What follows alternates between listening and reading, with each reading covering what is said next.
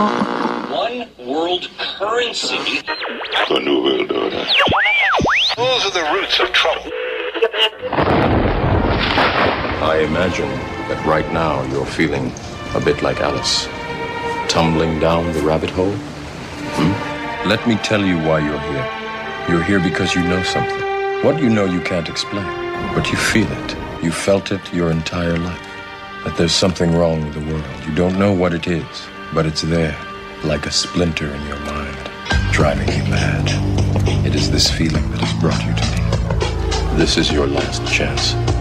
After this, there is no turning back. You take the blue pill, the story ends. You wake up in your bed and believe whatever you want to believe. You take the red pill, you stay in Wonderland, and I show you how deep the rabbit hole goes. All I'm offering is the truth, nothing more. For we are opposed around the world by a monolithic and ruthless conspiracy that relies primarily on covert means for expanding its sphere of influence, on infiltration instead of invasion, on subversion instead of elections, on intimidation instead of free choice, on guerrillas by night instead of armies by day. It is a system which has conscripted vast human and material resources into the building of a tightly knit, highly efficient machine that combines military, diplomatic, intelligence, economic, scientific, and political operations. Its preparations are concealed, not published. Its mistakes are buried, not headlined. Its dissenters are silenced, not praised. No expenditure is questioned, no rumor is printed, no secret is revealed. But I am asking your help in the tremendous task of informing and alerting the American people. And now, welcome to another episode of Down the Rabbit Hole. Here's your host from federaljack.com. It's Popeye.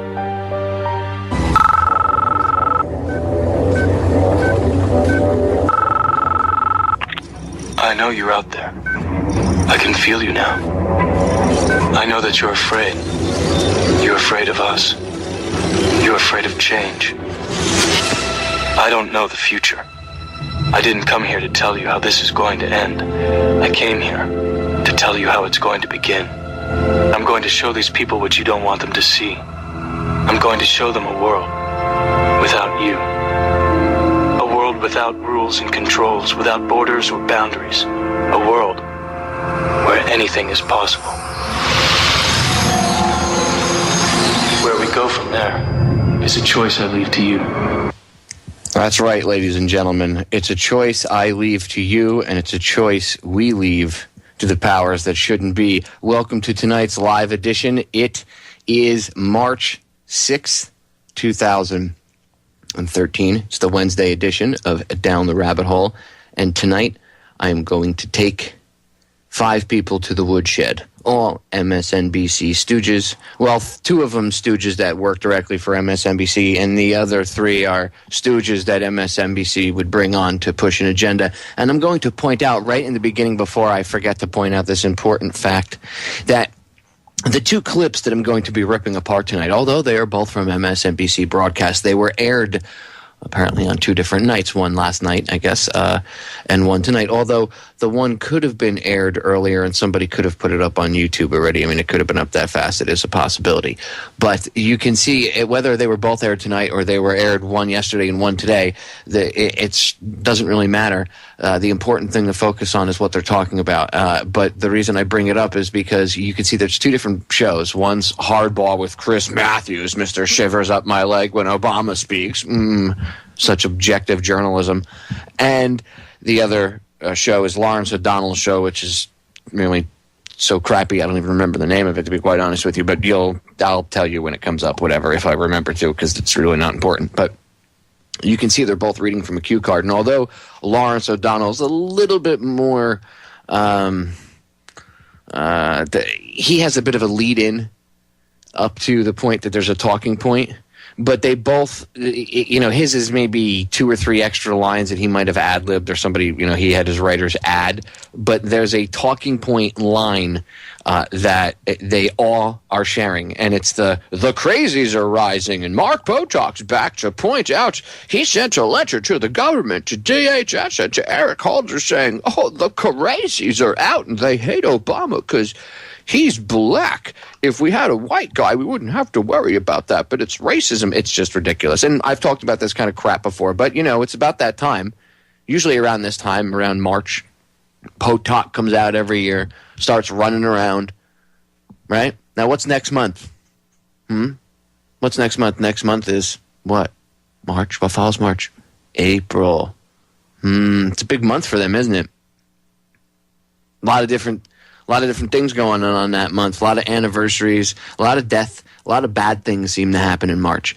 And there's one thing that Potok says. He goes, I'm worried because they're the air, the aura, the atmosphere, whatever I think he says the atmosphere, but you'll hear it. He says, it's the same as it was around the time of right before Oklahoma City. So what you're saying, Mark, is that the government, everybody has lost faith in the current administration, people that are controlling the government right now, the powers that shouldn't be.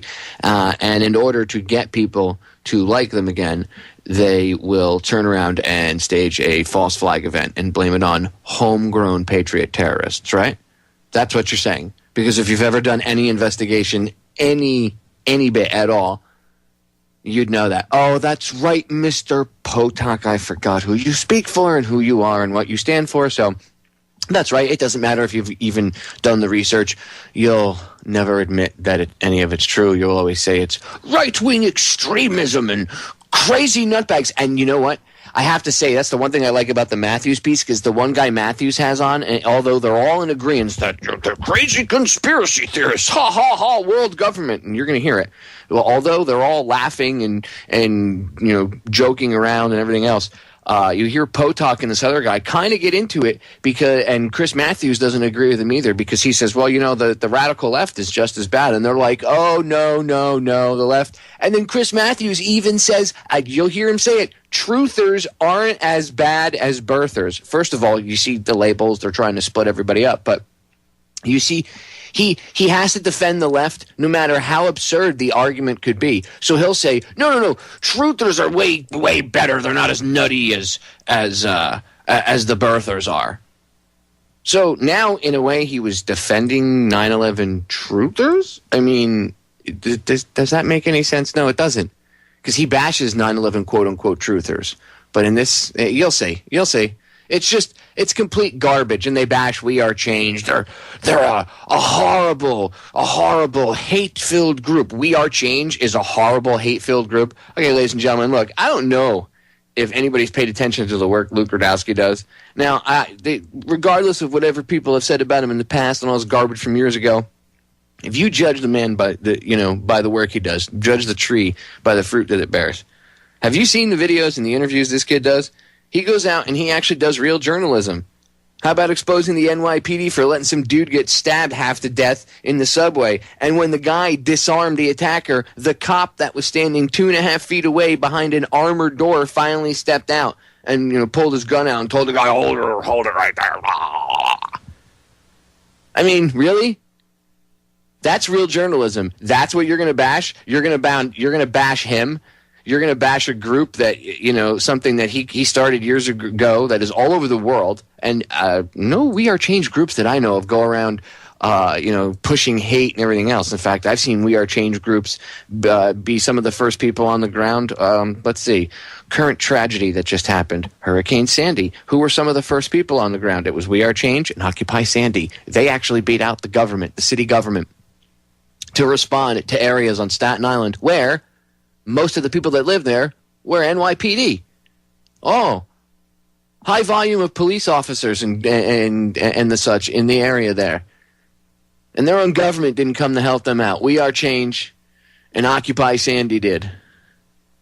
Doesn't mean I agree with everything Occupy Sandy has said as of late on their Facebook page, by the way, because some people have asked me, well, they kind of push the global warming thing. Well, they mean well, but that's the stuff they're being fed. Educate them. Show them the truth, okay?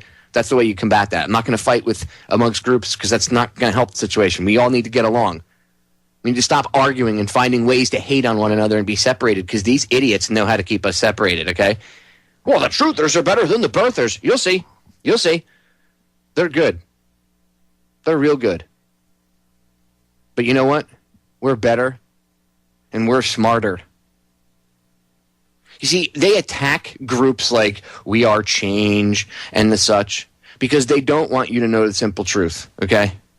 It's real simple. You know, I think it was either the movie Ants or A Bug's Life. It was one of these movies. And the grasshopper says the real truth. He says, you know, if they understand, if they ever find out and understand the reality of the situation, you know, where our way of life is done. In fact, I'm paraphrasing it, but I actually have the audio queued up here. This is exactly why they want to label people and everything else. And I'm going to get into tearing them apart in a second, but I want you to hear this, okay? And so the snoring dog hanging out with me in the background here in the studio tonight, she wants you to hear this too. So listen to this for a second, because this will help you understand the truth and why they have to bash people and they have to put out these little hate-filled pieces on MSNBC. Notice MSNBC is the one doing it, the Obama Propaganda Network. Listen to this. There was that ant that stood up to me. Yeah, but we can forget about him. Yeah, it was just one ant. One ant. Yeah, you're right. It's just one ant. Yeah, boss, they're puny. Puny? Say, let's pretend this brain is a puny little ant. Did that hurt? Nope. Well, how about this one? Are you kidding? Well, how about this?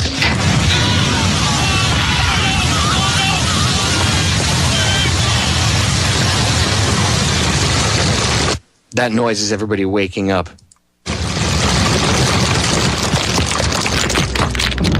You let one ant stand up to us, then they all might stand up.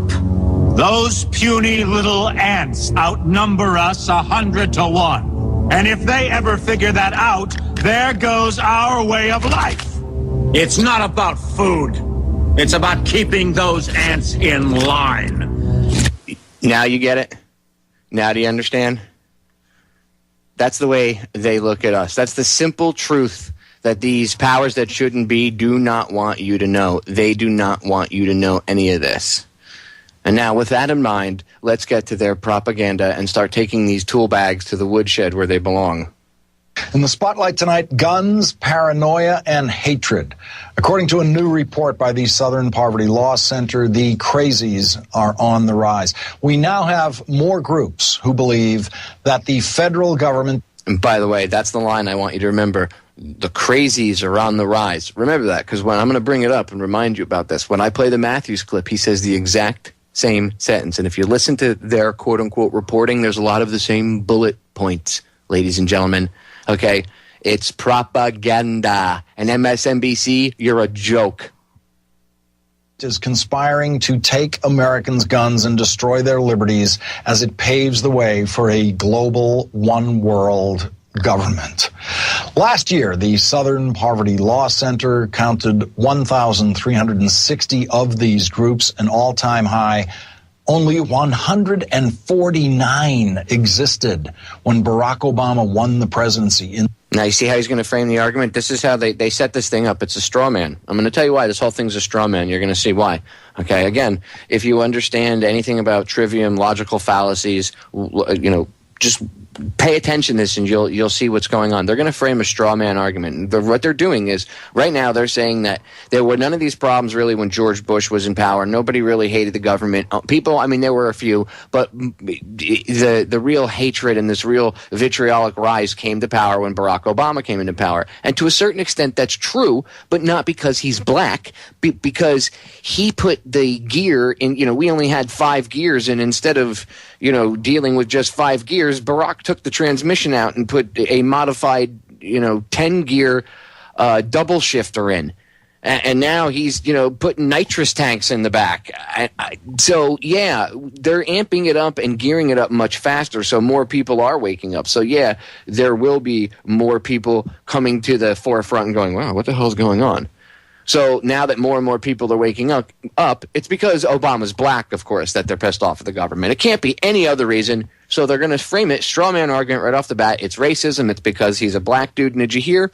He mentioned the word people who, or the phrase, people who think in a one world government. They're going to bring up one world government again. And the next time they do, I'm going to show you, as soon as they start making fun of it and how it's crazy, I'm going to give you a few quotes. I'm going to pause it and give you a few quotes. And you tell me, maybe the people that I'm quoting are crazy too. Because they say that the one world government thing is all right-wingers, crazy right-wing conspiracy theorists. Well, we'll see about that. In 2008. Today, the Southern Poverty Law Center sent a letter to Homeland Security Secretary Janet Napolitano and Attorney General Eric Holder warning that the gun control debate itself may lead to even more such groups. The furious reaction to the Obama administration's gun control.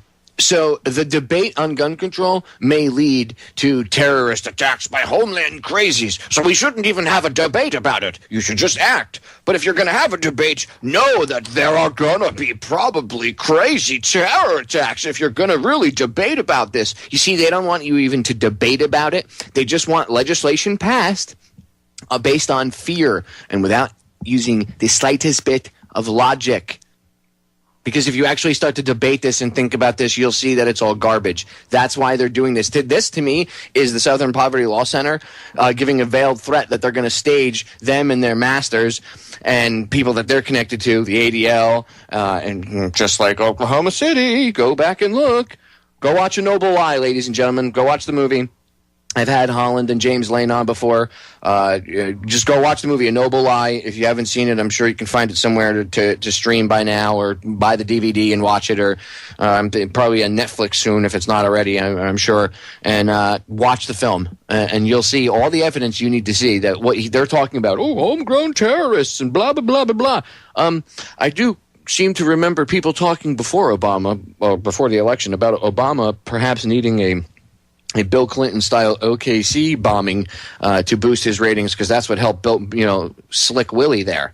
So people need to pay attention, because to me that would be a veiled threat. But I don't want to get too sidetracked, because I want to get into this. We're only 56 seconds into the clip, and I've already stopped it multiple times to point out their lies and their propaganda. And remember, they're shaping a good old straw man argument based on if you're against the government, tyranny, drones, them taking away the Second Amendment, anything, you're racist. Even if you're black, by the way. So if you're black, Latino, Asian, whatever, it doesn't matter. If you're anything other than white, which is what they would try to frame it as, the white people. But nope. It doesn't matter. If you're black, you're racist against yourself. You're a self-hating black person. Welcome to that one.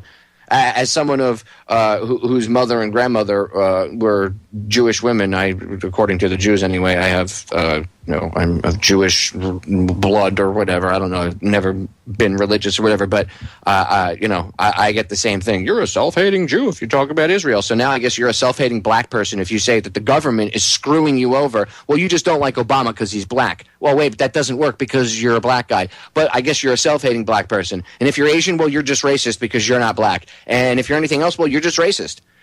That's the petty argument. They have nothing left. This is grasping at straws, fear on their behalf. This is what this is. You're seeing it's like picture if you were in a relationship with a woman and you've caught her, or a man, whatever, or a significant other, we'll say, and you've caught that person, he or she, cheating on you and lying to you and doing all this duplicitous stuff, and you've got them, verbally backed into a corner, and you're just unloading with all this information, and I know you did this, I know you did that. They start to panic and reach for any little straw they possibly can. That's what you see them doing. That's what this is.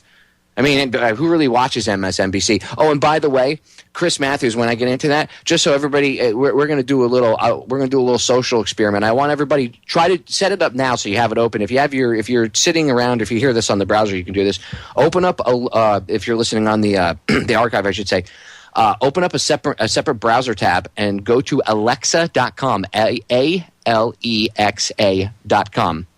Alexa.com. It's a web ranking service, and we're going to do a little experiment on air to show expose how much of a loser Chris Mathews is and how horrible his show is and why he would go after groups like We Are Change or and all the others that they go after and name and label them. And I mean, there's a multitude of reasons, but look, I'm going to show you one major thing. And trust me when I say that the people like him and the people that run his website, which is based off of his show there, they worry about things like what the services that Alexa could provide. And I'm going to show you something. So we'll get back to that. But first, let's finish taking Lawrence O'Donnell, Mark Potok, and his current guest to the woodshed, and then we'll continue because we only got a few minutes before we go to the first break. Proposals is reminiscent of the anger that greeted the passage of the 1993 Brady Bill and the 1994 ban on assault weapons. Now, in the wake of the mass murder of 26 children and adults at a Connecticut school and the Obama appeal to emotion. You see, as he builds, his job, Lawrence O'Donnell's job, is to frame the straw man argument. So that way, when he brings his two guests on, they've already framed the discussion, the quote unquote argument that they're going to give, right? They've already framed it how they want to present it to you because Lawrence has served it up on a silver platter. Now, these two morons, all they have to do is come on and spew their typical rhetoric, which they do. And yes, I used an ad hominem. Okay, I don't like Mark Potok. I don't really know the other guy too well, but so I shouldn't call him a moron. I take that back. I should refrain from using ad hominems, period. But I don't like Potok. He's a scumbag, and he's definitely I would say an insider. He's not a useful idiot. He definitely has to know more than he's letting on. I mean, he just can't be as dumb as he pretends to be. If he is, then then you really shouldn't use him as your spokesperson. But I don't see that. I see when I look at him, I see evil. So yeah, I don't like Potok. Anyway. See, even I make mistakes. I am human, ladies and gentlemen. I should not be put up on a pedestal with a cape. As I say, we are all equal. But you'll see that they use appeal to emotion, and they're going to use logical fallacy after logical fallacy in both of these presentations. But they're going to use appeal to emotion in the build-up and the frame-up of the argument here. They have to bring up Newtown. They have to. And people go, well, how could you not bring up Newtown, Popeye? I mean, oh, my God, how could you not? It's massively important that you bring up Newtown. Those children, those poor kids. You know what? That's right, those poor kids. And I know it's going to get brought up. But I know it's going to get brought up not because it's massively important that it gets brought up and remembered or we talk about it. I mean, honestly, it's a crime. I don't know how Congress is going to stop them from happening again. We need to have a realistic conversation about this. But they're using it, okay, as an appeal to emotion. They're using it for you to go, oh, those poor kids. Oh, those heroic teachers. Oh my God. Oh, those poor people, we need to ban guns. You see how they frame the argument? If they were really about news and logic and thought, they would try to bring you information and let you judge it for yourself. But no, they can't let you do that. So they have to frame it for you. Pay attention, ladies and gentlemen. This is how it's always done. We'll be right back. All right, let's get back to this joke of a news segment. Obviously, it's been well scripted beforehand. Again, it's Lawrence O'Donnell with Mark Potok, and I forget the other guy's name. I'll remember it when I see it, and I'll say his name if it's really important. Obama-led gun control efforts that followed, it seems likely that growth will pick up speed once again. Joining me now, the author of that new report, Southern Poverty Law Center's Mark Potok and MSNBC's Ari Melber. Mark, it's quite striking how... Okay, so I was right. The other guy is an MSNBC stooge. Okay. How the number explosion occurred starting in 2008, before we got into Newtown, Connecticut, or any talk of gun control at all. It sure is. I mean, the growth has just been astounding over the last 4 years. 813% growth. We've really never seen anything like this in any of the groups that we count. And as you suggested in your intro, what happened after that count was completed, as gun control talk began in the wake of the slaughter in Newtown, is that the whole movement, these groups out there, have gone from sort of red heat to white heat. So we are at a very scary moment. It is very much reminiscent, at least to me, of the months leading up to the Oklahoma City bombing. Oh, setting the stage. And Ari, the only thing that occurred in 2008 that you can link in our politics to this growth is the election of President Barack Obama. Right. I think that the problem for a lot of the people who talk about common sense or reasonable gun control, when you look at this context of these patriot and hate groups and the election of Obama, is that, and this is difficult, I think, to say, but it has to be said, that a lot of these groups aren't interested in self-defense weaponry. They actually see themselves, and if you look at some of the literature in the text, they see their communities as actually having a buildup of the kind of weapons that would help them deal with any kind of uprising or clash with the government itself. And so they do want assault weaponry. They do want anything really big. They sometimes talk about the AR-15 as a quality weapon because you can put a grenade launcher appendage onto it. That's the people, that's the face of the NRA today.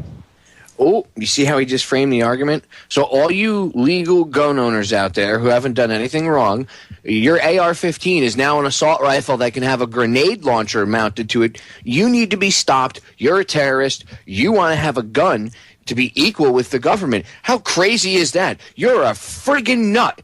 You should have your house taken away, your car, your kids. Oh, wait a minute. It says that you have that right in the Constitution. Well, then the Constitution is crazy. And the Constitution is racist. And where have I heard that argument before? You see?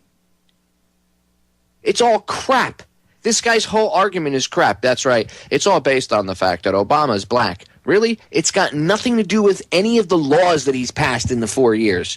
Or that Congress has passed in the 4 years. Nothing. That's got nothing to do with it. It's got nothing to do with the value of the dollar going, right? That's got nothing to do with it. The dollar tanking? No. That's got nothing to do with it. Now, wait. The one world government crap is coming back up. Watch. Watch. These people deserve to believe in a one world government, blah, blah, blah. O'Donnell throws it back in to try to make the connection again, and he throws it in there very haphazardly, and it's done so to make a connection because they're trying to connect. They're trying to get people to say that, or in their brains think that if you say, well, I believe in gun rights, that right off the bat, well, if you believe in gun freedom, then it means you hate black people because guns are used to kill black people. And, we thought slavery was over a long time ago, dude. You need to get rid of your guns because you don't like black people or Latin people and you're a racist POS if you have guns. No. In fact, actually, there's a campaign going on out there. You can look it up on CNS News. I haven't posted it on Federal Jack yet, but I will. But CNS News has it. It's called the Never Again campaign. Okay? Go see who's putting that on. I won't even spoil that one for you. Just search engine, whatever your favorite search engine is, the Never Again campaign, or go to CSN News, whatever it is, and go over to, and just look up in fact, I'm sure you can go on YouTube. The commercial's on YouTube. Just look up Never Again campaign. Look it up on your favorite search engine. I'm sure all the different links will pop up. And watch the video and go learn about what the campaign's about. Okay? In fact, actually, I think I have the info while I'm chatting with you. I'll bring it up really quick. Yeah, it's CNS News. See, I had it mixed up. It's called Never Again Campaign Launched. Gun control has historic roots in disarming blacks, lynchings by the KKK. Wait, let me say that again. Gun control, not gun freedom. Gun control has historic roots in disarming blacks and lynchings by the KKK. And, surprisingly, it's black people that are helping take part in this. So it's not a bunch of crazy white guys putting some YouTube video together to try to fool people into thinking that this is what really happened. It's the actual truth about what happened. See, it's amazing what the difference of information that you get from the mainstream media as opposed to people that are actually on the ground trying to do this. But they'll just say that these people are crazy kooks. How come you don't see MSNBC, who loves minorities, right? They love to play the black-white thing.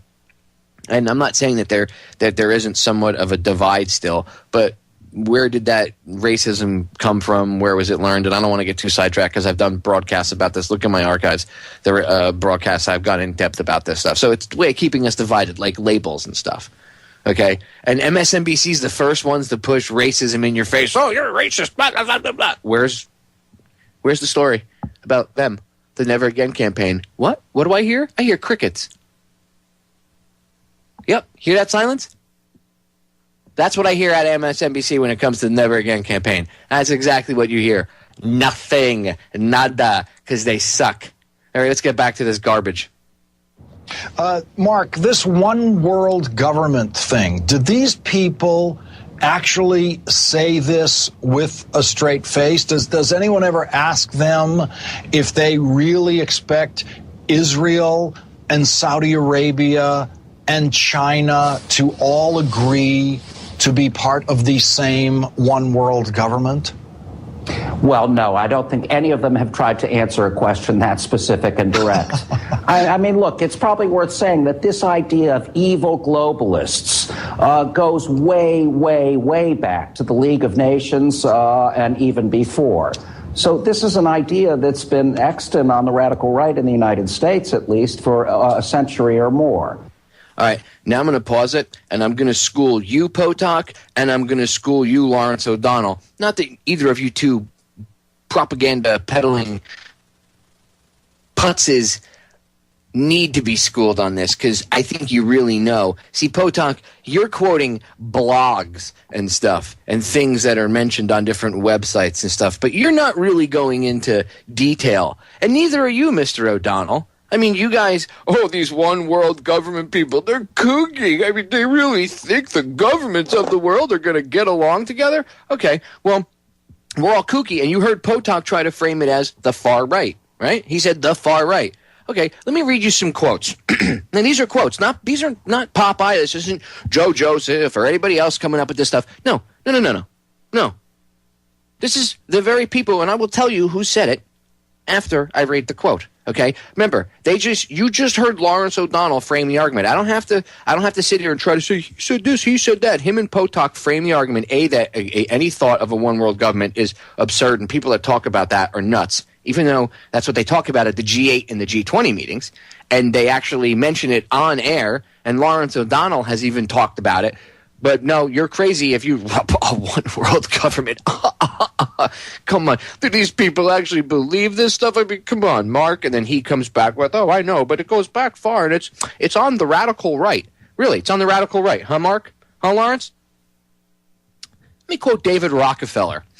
And I quote, "For more than a century, ideological extremists at either end of the political spectrum have seized upon well-publicized incidents, such as my encounter with Castro, to attack the Rockefeller family for the inordinate influence they claim we wield over American political and economic institutions. Some even believe we are part of a secret cabal working against the best interests of the United States, characterizing my family and me as, quote, internationalists, and of conspiring with others around the world to build a more integrated global political and economic structure. One world, if you will. If that's the charge, I stand guilty, and I am proud of it." Again, David Rockefeller. Really, Lawrence? So it's all right-wing extremists? Really, Mark Potok? Hey, NBC, MSNBC, you're in the NBC studios, aren't you? Right? NBC. What's your address in New York? If you're in the New York studios, in the NBC headquarters, over in Rockefeller Plaza, it would be, 30 Rockefeller Plaza? That's what the show 30 Rock? That's where the title came from? The address from the building? So if you're over in Rockefeller Plaza, and you're seeing anybody that talks about a one-world government are crazy nuts, and they're just, do these people really believe it? And you're sitting there laughing with your buddy Potok about this.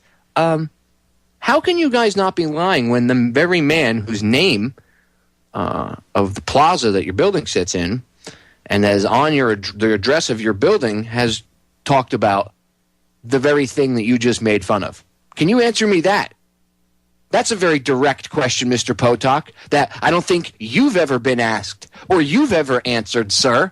Or how about you, Lawrence O'Donnell? You want direct questions, Potok? I got a bunch of them. You think you're a smart, funny guy going on MSNBC taking jabs at people, making fun of different groups, but never having anybody from those groups on to defend themselves. Real good journalism. Real tough guys. Oh, but when you're building a straw man argument, you can't have that. Okay? You guys are pathetic. You're jokes. Would you like to, do I need to read other quotes? Oh, maybe I will. Maybe I'll read one more because, come on, you conspiracy theorists are always attacking David Rockefeller. Okay. How about the author of Tragedy and Hope? Professor Carroll Quigley of Georgetown University, who is very well thought of and actually mentioned by a former president, Bill Clinton. You should go read his book, Tragedy and Hope. Let me quote Carroll Quigley, Professor Carroll Quigley. And I quote, "The powers of financial capitalism had another far-reaching aim, nothing less than to create a world system of financial control in private hands, able to dominate the political system of each country and the economy of the world as a whole. This system was to be controlled in a feudalist fashion by the central banks of the world acting in concert by secret agreements arrived at in frequent private meetings and conferences. The apex of the system was the Bank for International Settlements in Basel, Switzerland, a private bank owned and controlled by the world's central banks, which were themselves private corporations. The growth of financial capitalism made possible a centralization of world economic control and use of this power for the direct benefit of financiers and the indirect injury of all other economic groups." Let me read you the last sentence again. The growth of financial capitalism made possible, and remember, this isn't real capitalism, this is that crony capitalism that John Perkins has talked about, the economic hitman. So the growth of financial crony capitalism made possible a centralization of world economic control, a one world government, and use of this power for the direct benefit of financiers and the indirect injury of all other economic groups. So everybody else but the people that have controlling stakes and run the banks, like the Rockefellers, the Rothschilds, and all these other people, the Queen of England, that whole ilk, all these bloodlines that go back all these different thousands of years that people have been telling you about and that they want to have a world government. But that's crazy. But Professor Carroll Quigley just talked about it in his book, Tragedy and Hope, that was written in 1966. And Professor Bill Clinton President Bill Clinton talks about, ex-President Dirtbag Bill Clinton talks about him all the time and, holds him in high regard, says he was his mentor. So this guy is saying Bill Clinton's mentor said that they were building a one world government, but I guess that's just crazy conspiracy theory nutbag talk, right, Mark? Right? It's the right wing, right, Mark? Right? That's a bunch of direct questions I've asked you, Mr. Potok. But see, none of you would ever have the courage to sit down and actually debate me. And you know what? I haven't made fun of you. I've used the same. I might have thrown a slight ad hominem here and there, but it's nothing you guys haven't done. In fact, I think you guys have been much nastier. Just wait till I play the Mathews clip. Garbage. You guys are pushing nothing but lies and propaganda, and you've been owned. I could keep reading quotes. I could keep going on and on and on and on and on. You know what, ladies and gentlemen, if you don't believe me, and I don't want you to, I want you to go research it for yourself. Go look up. I'm going to give you a website to look up. Here's one good website for quotes, and there's a bunch of them, but here's one specifically where the guy is organized quotes from all these different world leaders and from all over the place to show you and to prove to anybody else that, look, this isn't some kooky conspiracy theory. Ooh. No. Okay? Don't buy into the labels and everything else. It's conspiracy fact. It is a conspiracy, but it's fact. It's not theory. We have more than enough evidence to prove it beyond a shadow of a doubt that it's going on now. So it's no longer a theory. It was a theory back in the day. Now it's just conspiracy fact. And these guys are trying to cover it up. Anyway, you want a good reference site, check out globalistagenda.org. globalistagenda.org/quotes.htm. So that's globalistagenda.org/quotes.htm. And I'll put a link when I post this on Federal Jack, and in the YouTube archive, I'll put a link for it up in there. Great site for research. And the guy whoever put the site together, he or she, whoever, has listed a bunch of these quotes. So, I mean, anybody that goes there, anybody that's not sure, anybody that maybe buys into this crap, you can send them there and say, go read the quotes for yourself, and then that gives them a place to go look, and it'll tell you where the quotes came from and everything else and where they were said. So I can continue reading the quotes, but those two quotes are powerful enough to destroy what these two just said. Okay, it doesn't take much. You can see right through it, ladies and gentlemen. If you put on the sunglasses, the proverbial sunglasses from They Live, you can see right through this crap. Here we go with the rest of this garbage. Really very undefined. Somehow these people are going to come. They are going to force us to be socialists. Those of us who resist will be thrown into FEMA-constructed concentration camps. And this is all some sort of plot to destroy the Constitution. So, no, I don't think it's terribly well thought out. At the same time, I think the fears are very real. I think one other thing played into the enormous expansion of these groups in the last 4 years, aside from Obama's appearance on the political scene, and that, of course, is the economy, which began to collapse at the very same time as Obama appeared running for president. So I think that added an element of real fear and anger and insecurity that made for a kind of perfect storm in terms of fostering the growth of these groups. Oh, so the quotes from the Attorney General, Obama's Attorney General, I may add, Eric Holder, quotes like, the banks are too big to go after, we can't prosecute them, they're too big to jail, basically. They're too big to prosecute.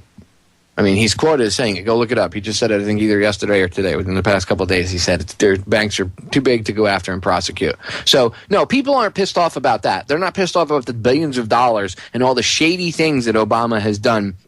The NDA 2012 and indefinite detention and not closing Gitmo, like he said. Nope, Mark. That's all stuff we should look past. Okay, it's all because Obama's a black guy.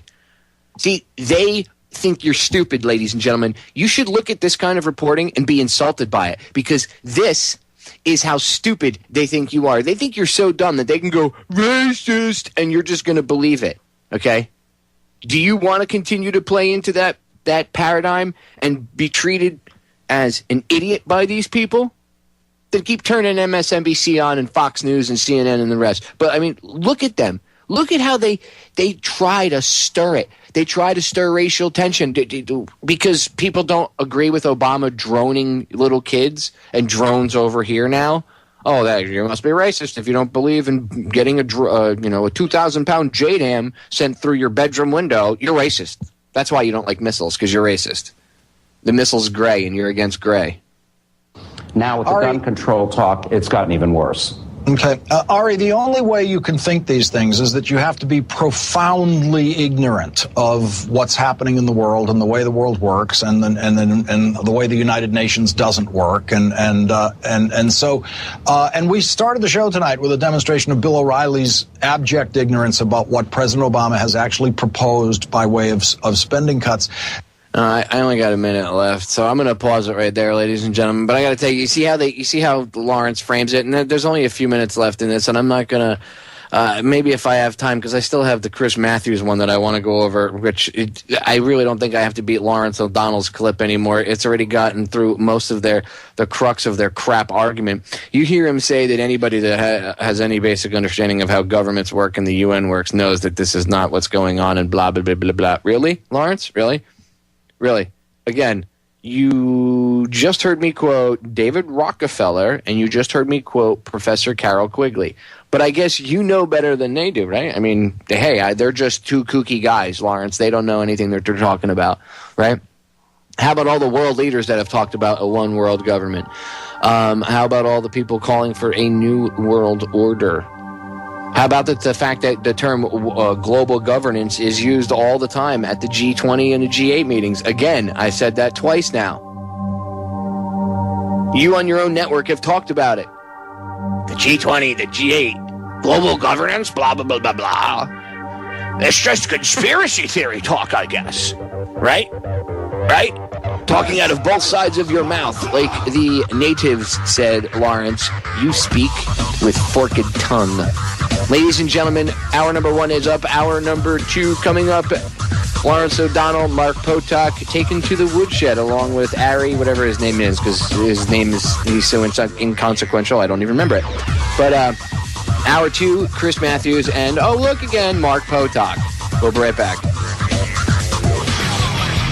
Ladies and gentlemen, welcome back to hour number 2 of tonight's live edition of Down the Rabbit Hole. I'm your host, Popeye from FederalJack.com. It is March 6th. 2013, and I want to get right into taking these morons to the woodshed, and that's what they are, because they're willingly doing this.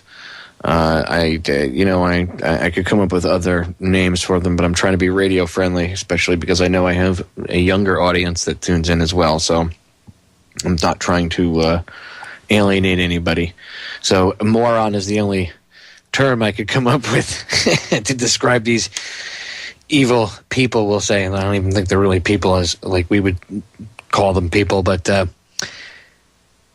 little minions. They're little bootlickers. Chris shivers up his leg, Mathews in particular. And, of course, one of the regulars that comes out again around this same time every year. It's around March. He comes out around this time.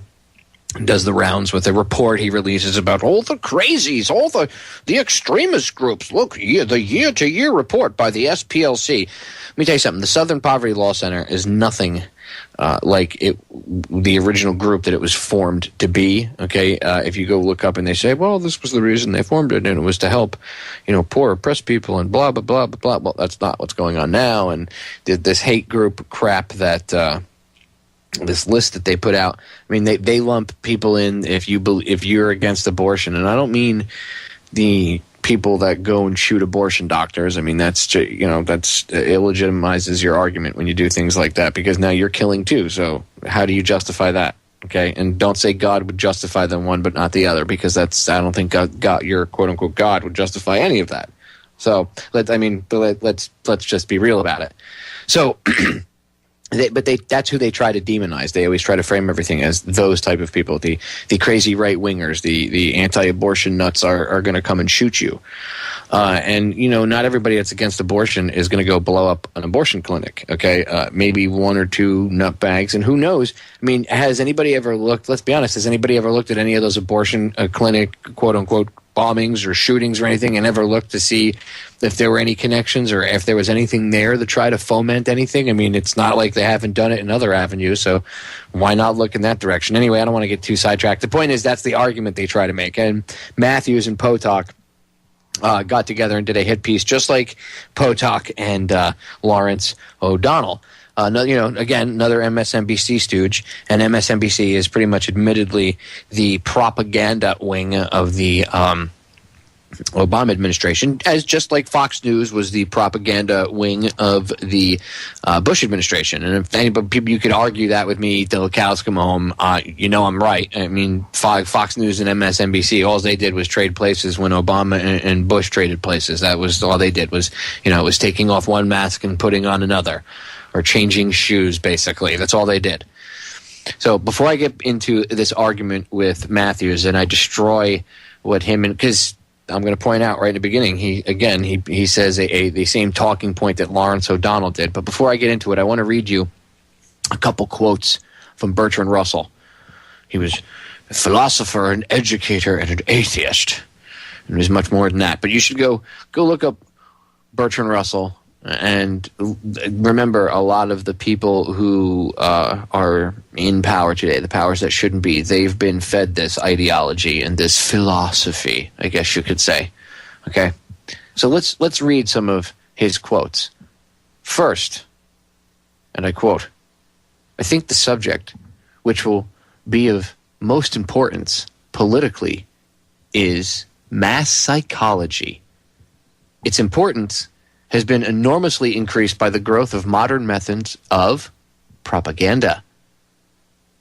although this science will be diligently studied, it'll be rigidly confined to the governing class, the quote, elites. The populace will not be allowed to know how its convictions were generated. Let me read you that last line again. The populace will not be allowed to know how its convictions were generated. End quote. Or how about this quote from Bertrand Russell? Gradually, by selective breeding, the congenial differences between rulers and ruled will increase until they become almost different species. A revolt of the plebes, us, would become as unthinkable as an organized insurrection of sheep against the practice of eating mutton. End quote. Bertrand Russell, The Impact of Science on Society, 1953, pages 49 to 50. Or how about this? Quote, diet, injections, and injunctions will combine, form a very early age to produce the sort of character and the sort of beliefs that the authorities consider desirable, and any serious criticism of the powers that be will become psychologically impossible. End quote. Bertrand Russell, The Impact of Science on Society, 1953, page 50. Again, 1953. 60 years ago. 60 years ago, ladies and gentlemen. 1953. 60 years ago. Let me read that last one again, and then we'll get into it. Because I don't think people can sometimes understand, well, people are dumb and sheep and blah. We've all been there, okay? And remember I said it's not just one thing because you want to blame this and then you find something else out. And people go, well, what is it? Is it the vaccines? Is it the educational system? Is it this? It's that? It's everything. Listen to what Bertrand Russell said in 1953. Listen to what he said again. Quote, diet, injections, and injunctions will combine, from a very early age to produce the sort of character and the sort of beliefs that the authorities consider desirable, and any serious criticism of the powers that be will become psychologically impossible. Fluoride, injections, the crap they put in the food, the Prozac they give you, the medications, they dumb you down. Bertrand Russell said it 60 years ago. 60 years ago you were told this. I was told this. We were all told this. Well, I wasn't around 60 years ago. It doesn't matter. The evidence of this has been around for 60 years. Or how about Ted Turner, 1996 in Audubon magazine. Quote, a total world population of 250 to 300 million people, a 95% decline from present levels would be ideal. End quote. Oh, that's Ted Turner, CNN. Oh, what? Huh? Oh, but they'll tell you that anybody that talks about this stuff is crazy, right? I'm a conspiracy theorist. Where's Anderson Cooper get up in my face and send someone to park their van outside my house and try to fight with me? Oh, I don't see that happening. Oh, that's right, because you wouldn't want to have an intelligent debate, would you, boys? Oh, no, you wouldn't. You wouldn't want to have any semblance of any sort of a debate because you'd get schooled. Just like Mathews and Potok are about to get schooled. Let's get into this because I don't want to run out of time. Make the harbor. The crazies are still on the rise. A study by the Southern Poverty Law Center finds that the number of anti-government patriot groups has exploded over the last 4 years. According to the study, that's the same exact talking point. So it's like the Southern Poverty Law Center wrote that line, and these two are reading it. They're obviously reading it off of a teleprompter, but literally, that's the talking point. Now, I want you to go back to hour one and listen to the beginning and listen to the Lawrence O'Donnell's clip. He says pretty much the same thing. He ad-libs a little bit getting up to the beginning of it, but then he adds that same line. And Chris Mathews here isn't as subtle. He's just a blatant propagandist, I probably had shivers going up his leg from hearing Obama speak.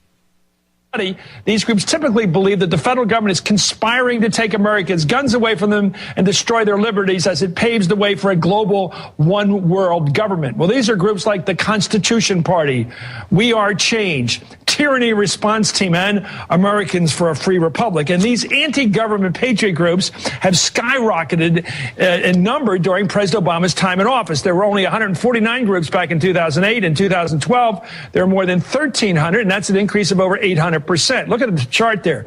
Yesterday, the Southern Poverty Law Center sent a letter to Homeland Security Secretary. By the way, I can make a chart look scary, too, by just adding anyone and anybody to a list of quote-unquote terrorists. So I can have a list of maybe bad people or somewhat bad people, right? Maybe there's a few names that shouldn't be on there, but I could have this list where it can only be like 150 people. I could make that list mushroom up to like 1,500 people, too, by just adding random people. Bob Smith? Well, he's a freaking terrorist.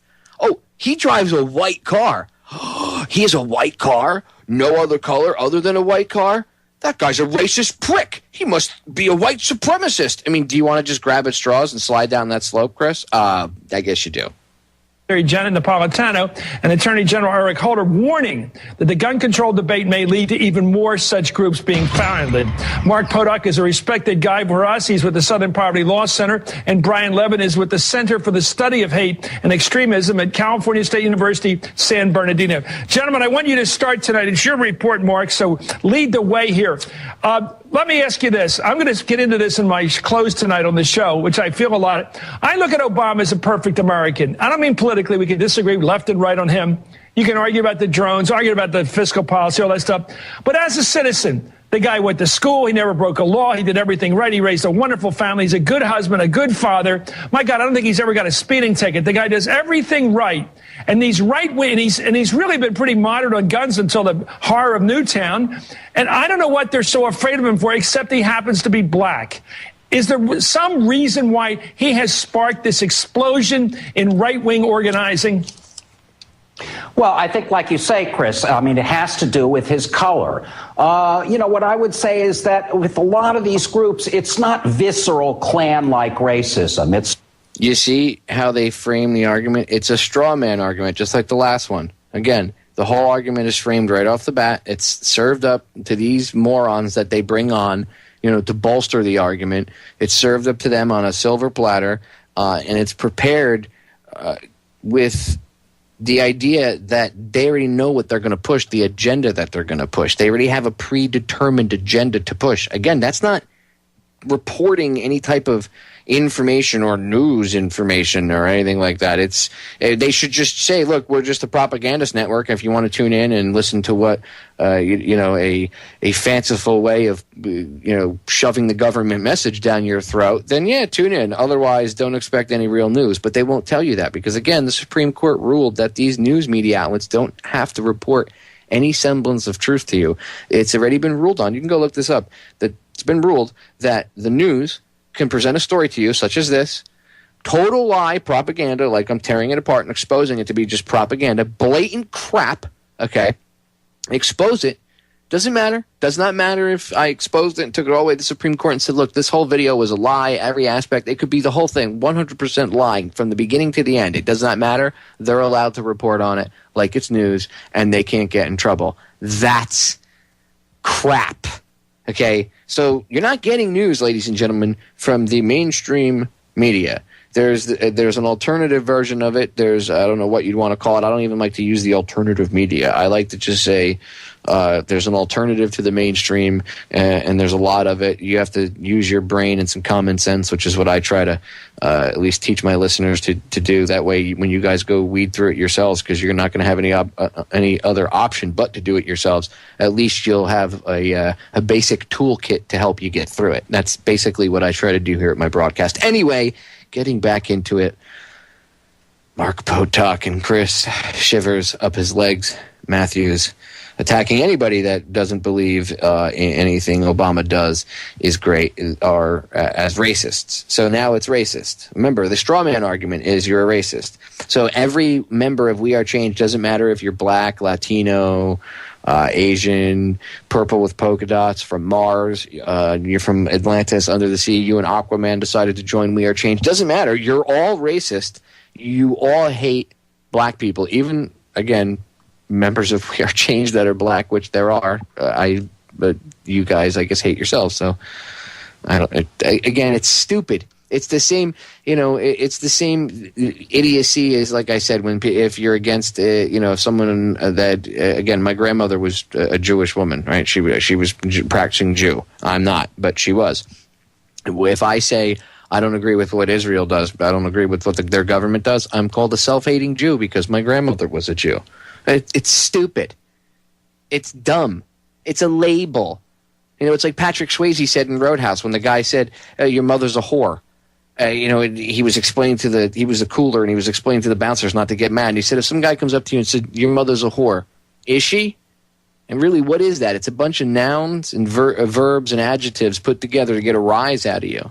So don't let it get a rise out of you. Okay, it's the same thing. These guys have no real argument, so they resort to name-calling and finger-pointing. And now it's getting to the point where they're like, oh, we are changed as a terrorist organization. You know, that's a pretty steep claim. How about MSNBC and the SPLC and Mark Potok in particular are terrorists because you guys are using fear as a way to politically motivate people. That's a definition of terrorism. Go look it up. It's not, we want to send black people back to Africa or something along those lines. It's more like I look at the White House, I see a black man there, I feel the culture's changing all around me. By the way, the economy's terrible, I can't get a job, or I'm afraid I'm going to lose the one I do have. And it kind of all melds together in a feeling of, I've lost my country. Somehow this is not the country that my forefathers created. Let's get something straight, Potok. This isn't the country that my forefathers created, and it's got nothing to do whether or not Obama's a black guy or not. I could care less, and I know many others could care less about the color of his skin. If he had antenna growing out of his head, and he was green with purple and green, or yellow, green, if he was green with purple and yellow polka dots all over his body, I would not care. I really wouldn't care. As long as he did the job and he wasn't going to sell us off to some alien race or whatever for food, it wouldn't be a problem. Okay?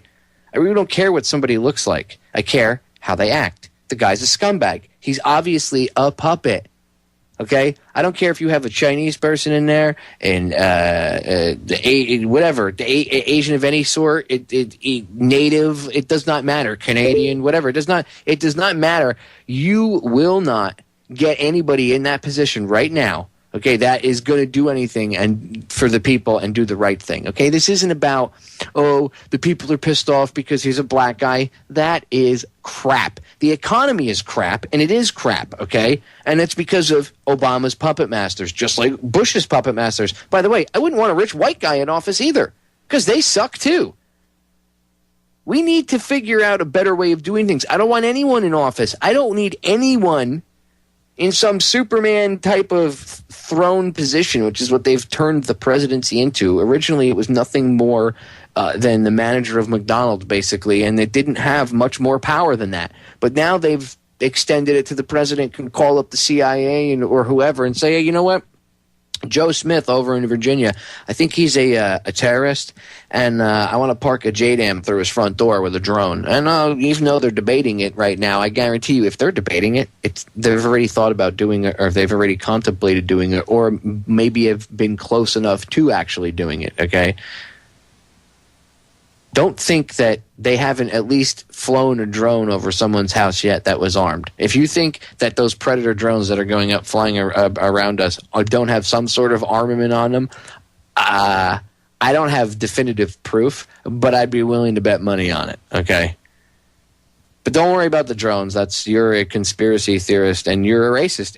If you don't like drones flying over your head, you're racist. Why don't you like drones? Because Barack Obama's black? Is that why? I could say the same thing about an AR-15, by the way, because that's what makes it scary, right, is the fact that it's black and it's got all these different attachments. So I guess the anti-gun crowd is racist against guns because the gun is black? Oh, never thought about that argument, did you, anti-gun nuts? Maybe you should.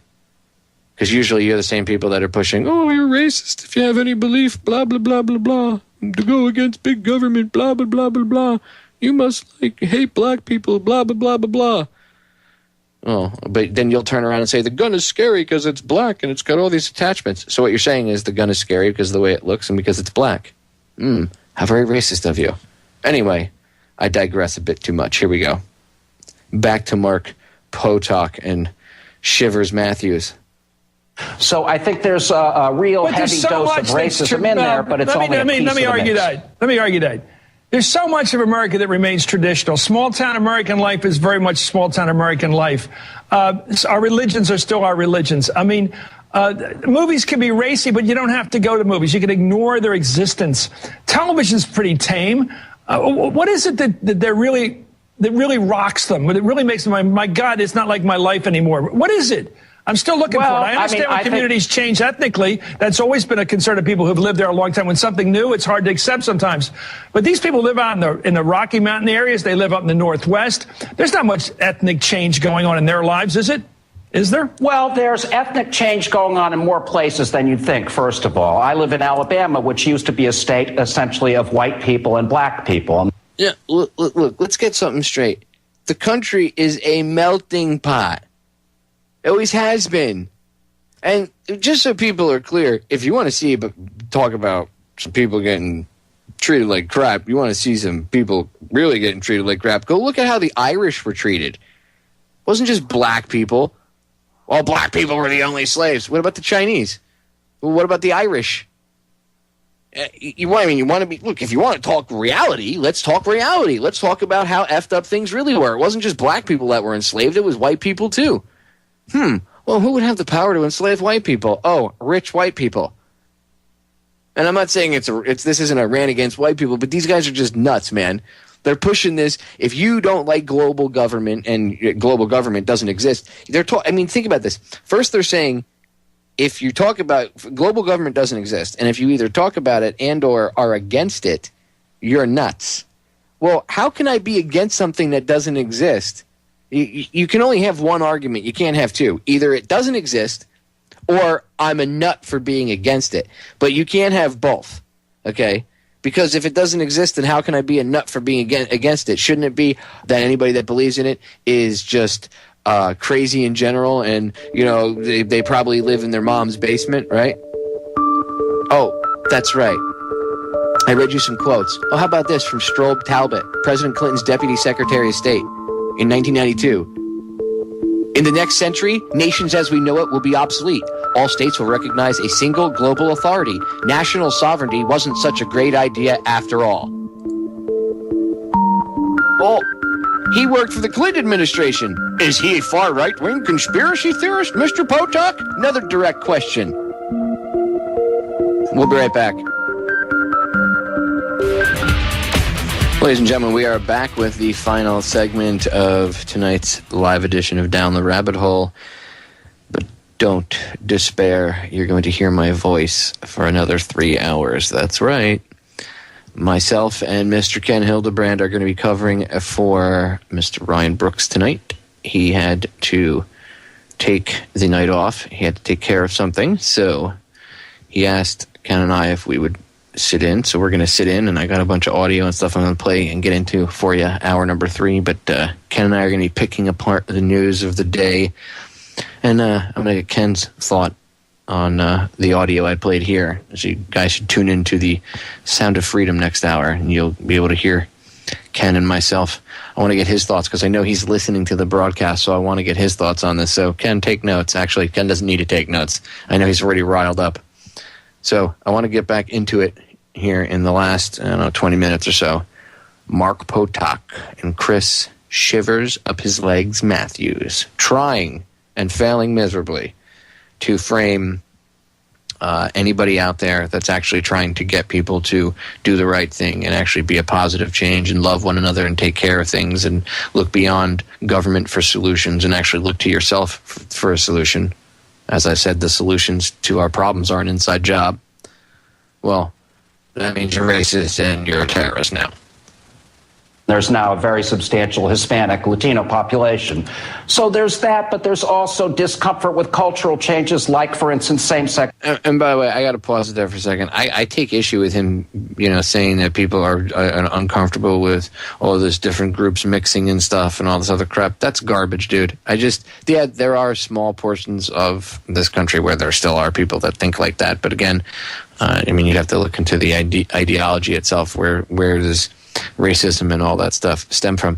But I myself am married to a Latin woman, Mr. Potok, and I find it highly offensive that you would call me racist because I believe that Obama is a criminal and a puppet of a much higher power, And you would call me racist for that and say, oh, I don't like blacks or Latinos, when I'm married to a Latino woman.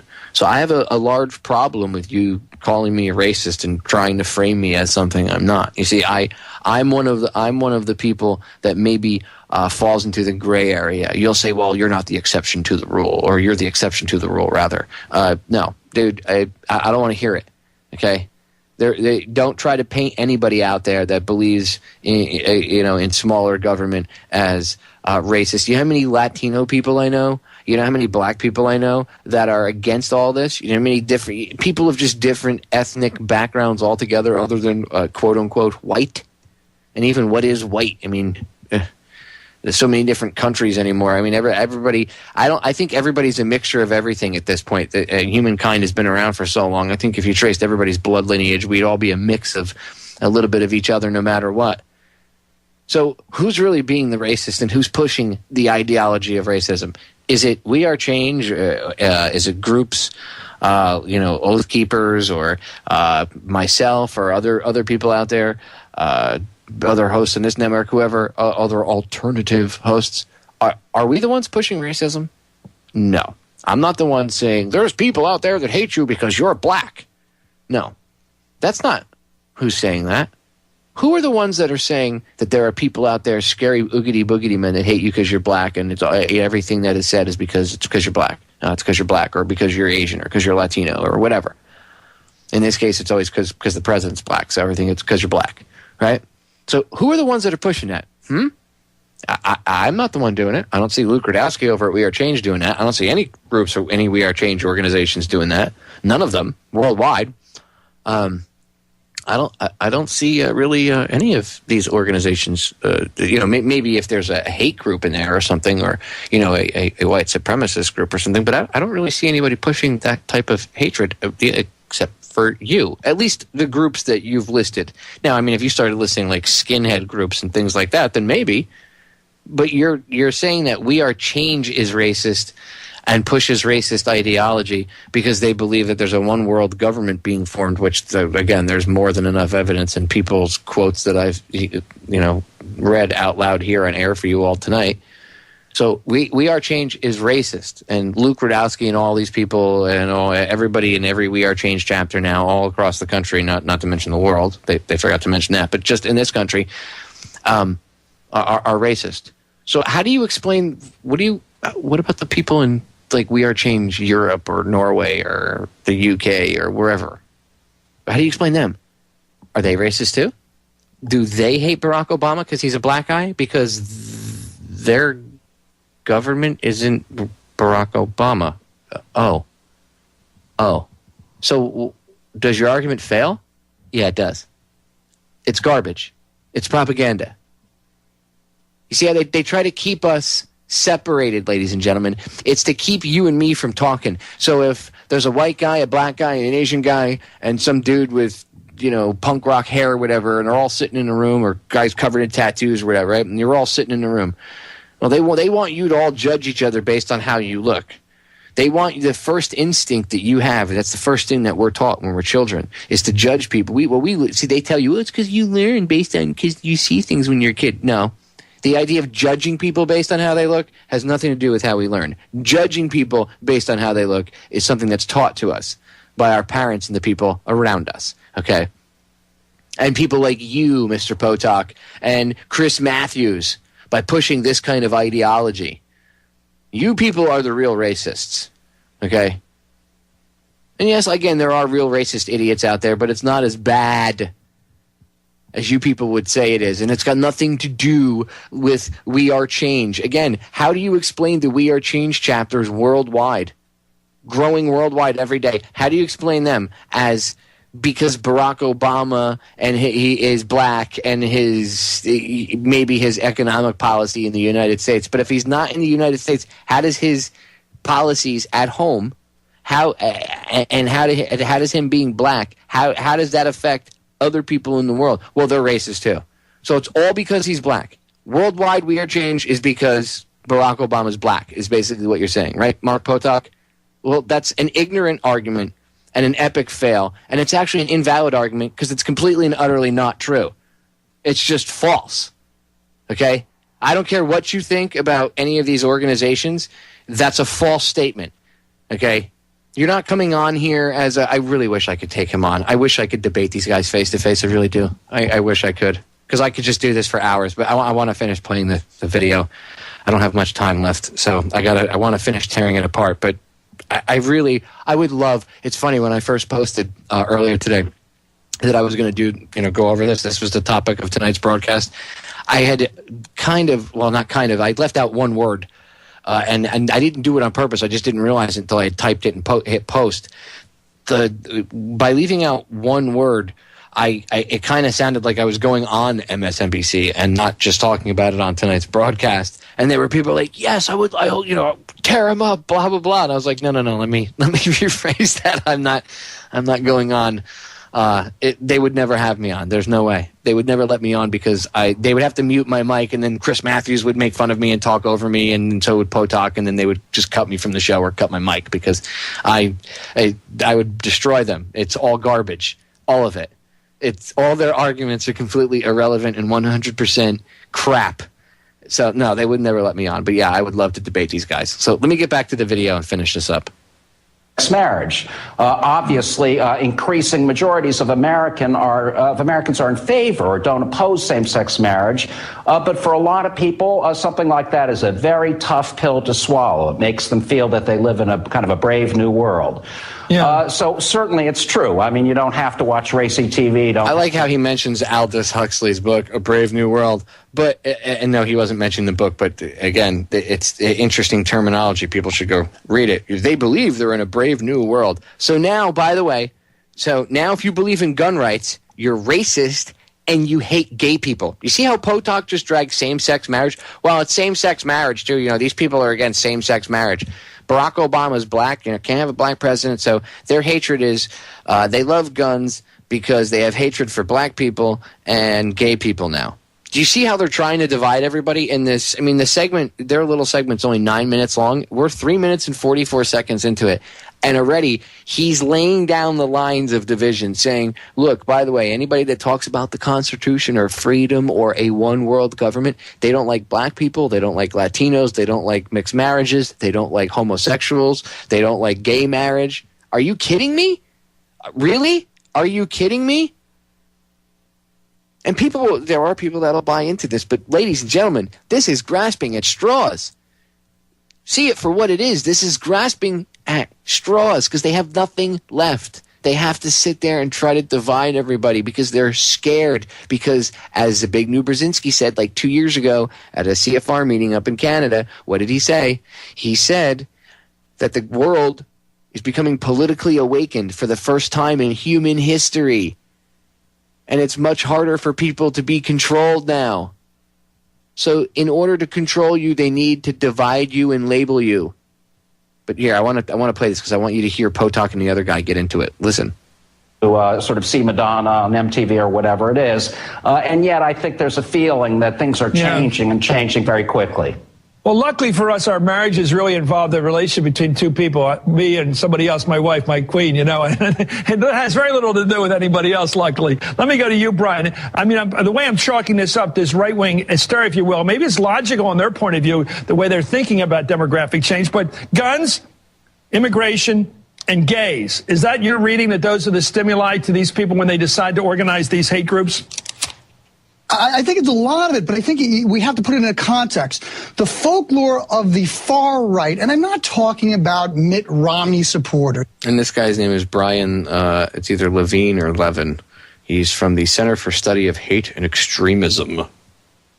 I'm talking about people who have opted out of our political process, and that's what's problematic. These people see the terra firma under them as shifting, something that anchored them before they no longer see as anchoring. Who do they root for? Who do they root for? They don't root for anybody now. They don't root for Rand Paul, Pat Buchanan. I mean, who? They must like this new guy, Ted Cruz. They must love Ted Cruz. Come on. Look, I think you hit a nerve, and what that is there is now a part of mainstream politics which aligned with these kind of conspiracy theories, and they're getting away from what are traditional conservative Republican anchors. That is small government, personal responsibility, the idea that we are part of a political process, and if we didn't win this time, we'll try again. Now we're hearing secession. I like the way you talk. We're hearing, yes. Of course you like the way he talks. You're pathetic, Mathews, okay?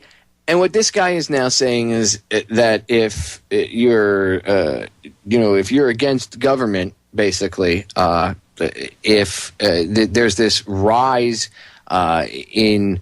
See, Mathews tried to frame it that they're trying to go after sex, they're trying to go against gay marriage and race lines and stuff like that.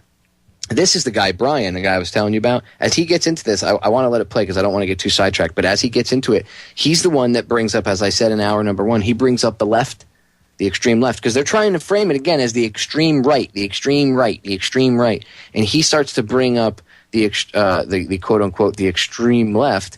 And as he starts to bring them up, then you see Potok and Mathews jump into defense mode of them. It's very funny. Right now they're in attack mode, but in about 2 or 3 minutes you'll see them in defense mode.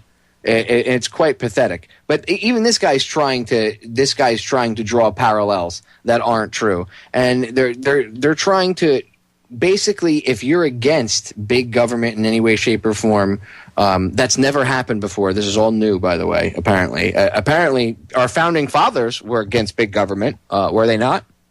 Does the Constitution not pretty much lay things out? Does the Bill of Rights not lay things out? I guess they were against.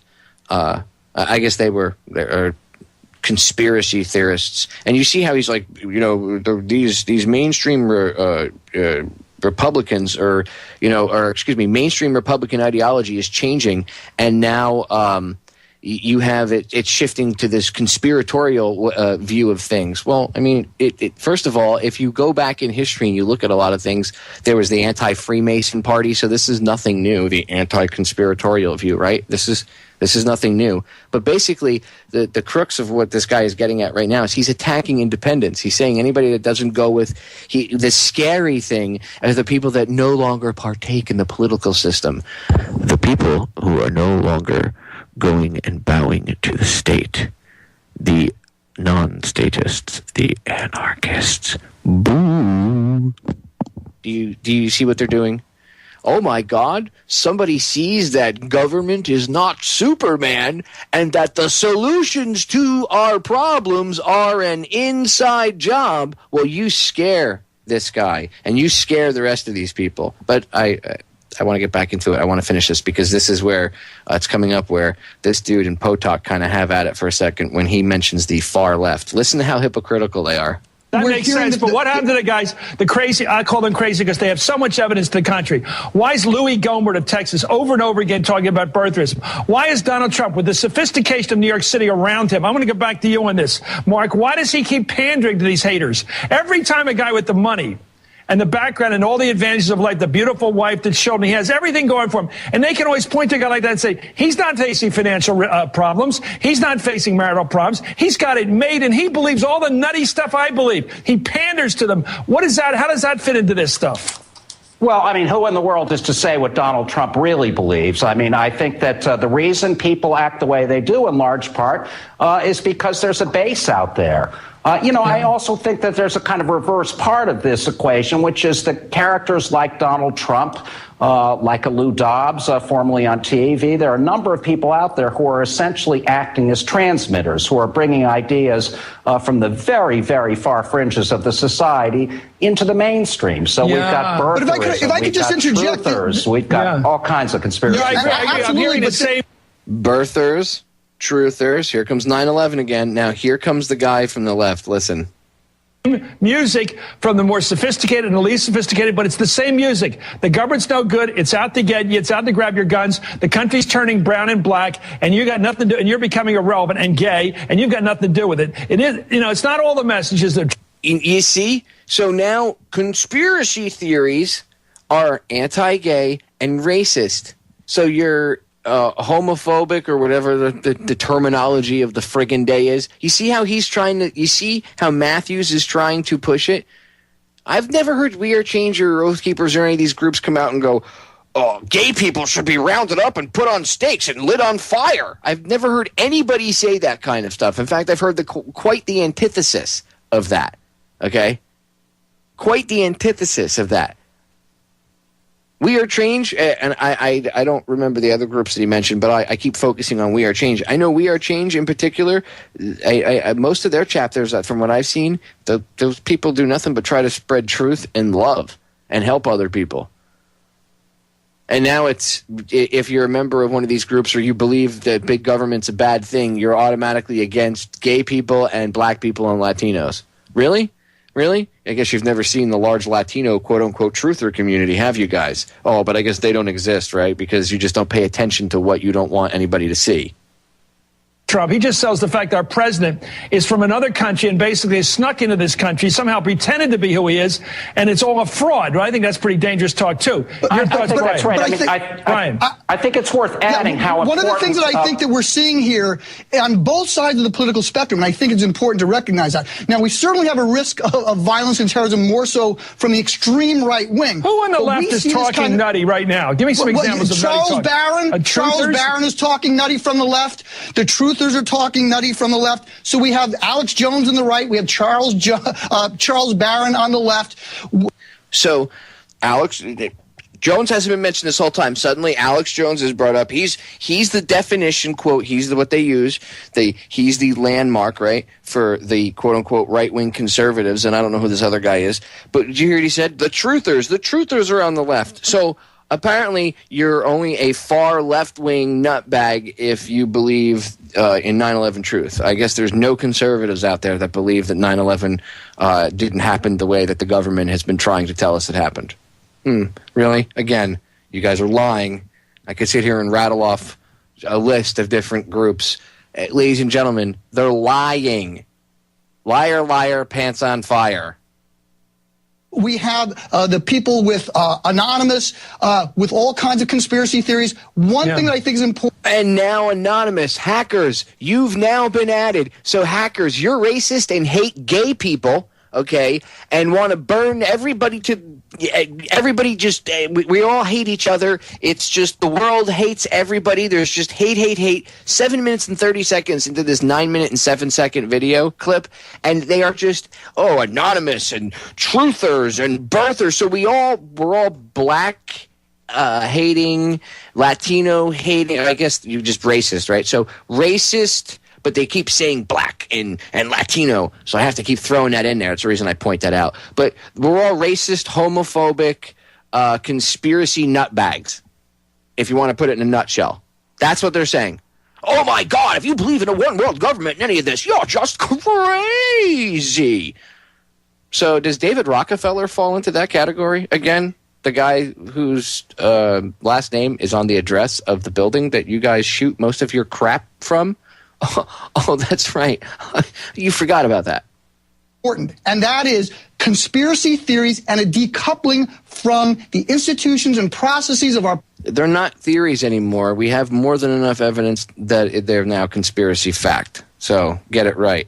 And again, remember what I've told you? I talked last week. I even made a YouTube video about the misuse of the word conspiracy theory, the label, that I should say, conspiracy theory. Listen. Pluralistic democracy are occurring on both sides of the political spectrum. So we're hearing almost an equal number of people who say Bush was the Antichrist, as is Obama. Okay, I don't think it's symmetric. I don't buy that it's symmetric because there are a lot more birthers than there are truthers. Public policy polling. That's right. The idea that there's an equivalency of the far left and the far right, I think, is just ridiculous. There is an equivalency, I agree with Brian, not with respect to the... And then Mark and him get into it. There's only like a minute left, but... the end of the broadcast is coming up. Potok and this guy get into it for like 10 seconds. He's like, "You're going to let me speak?" This is Mark Potok because he kept getting interrupted. But you hear Mathews? I don't buy it. There's way more birthers than there are truthers. Now he's defending truthers. So first 9/11 truthers are nutbags unless they're up against birthers and someone's saying that lefties are nuts, because then 9/11 truthers are okay because they're lefties. You see how they talk out of both sides of their mouth? They spew crap and they try to keep everybody separated. Don't buy into any of this. We are all in this together. Remember that, ladies and gentlemen. We need to come together as a team. I love you all. Stay tuned. We'll be covering for Ryan, so don't go anywhere. We'll be right back. The last 2 hours over on my show, I was going over the attacks by MSNBC.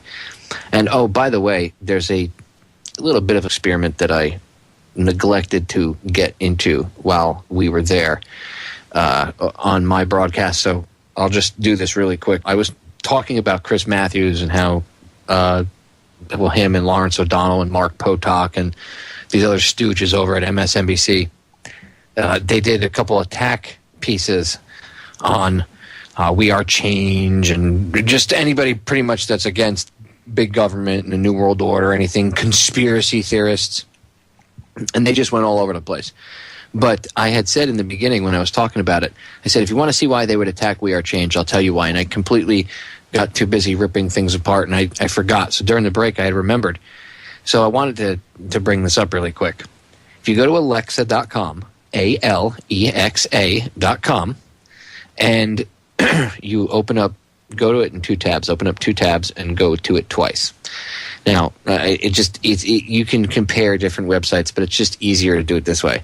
However you want to do it, this way happens to be the easiest. So, for the easiest purposes, open 2 tabs, whatever browser you want. Alexa.com. It's a ranking system. It gives you your web rank, depending on how many people actually go to your site and the hits you get. There are people that do monitor that type of thing. Okay, and that's good information to know, especially if you're trying to, like websites that we're trying to get sponsors and such, like you would expect someone from MSNBC. So look up thechrismatthewsshow.com. Put that in. The full title is thechrismatthewsshow.com. Now, you don't have to put that in your search engine and copy and paste the link because that actually gives them a hit. So if you can just go to Alexa.com and I'll just give you the name of it so you don't actually have to give them a hit. But it's thechrismatthewsshow.com. Now, in the other one, type in wearechange.org. Or even type in federaljack.com if you want to even go a third browser. Type in federaljack.com. Okay? And then look at the web ranks in the U.S. alone. Chris Mathews is upwards of around, it's over 200,000. Somewhere, if I remember, 260 or 280,000, somewhere around there in the web rank for the U.S. We Are Change was like 100,000 in the U.S. And I know Federal Jack somewhere around like 90,000. So why would they be attacking conspiracy theorists and We Are Change and people that are talking about global government and what they're really doing? Gee, I wonder why.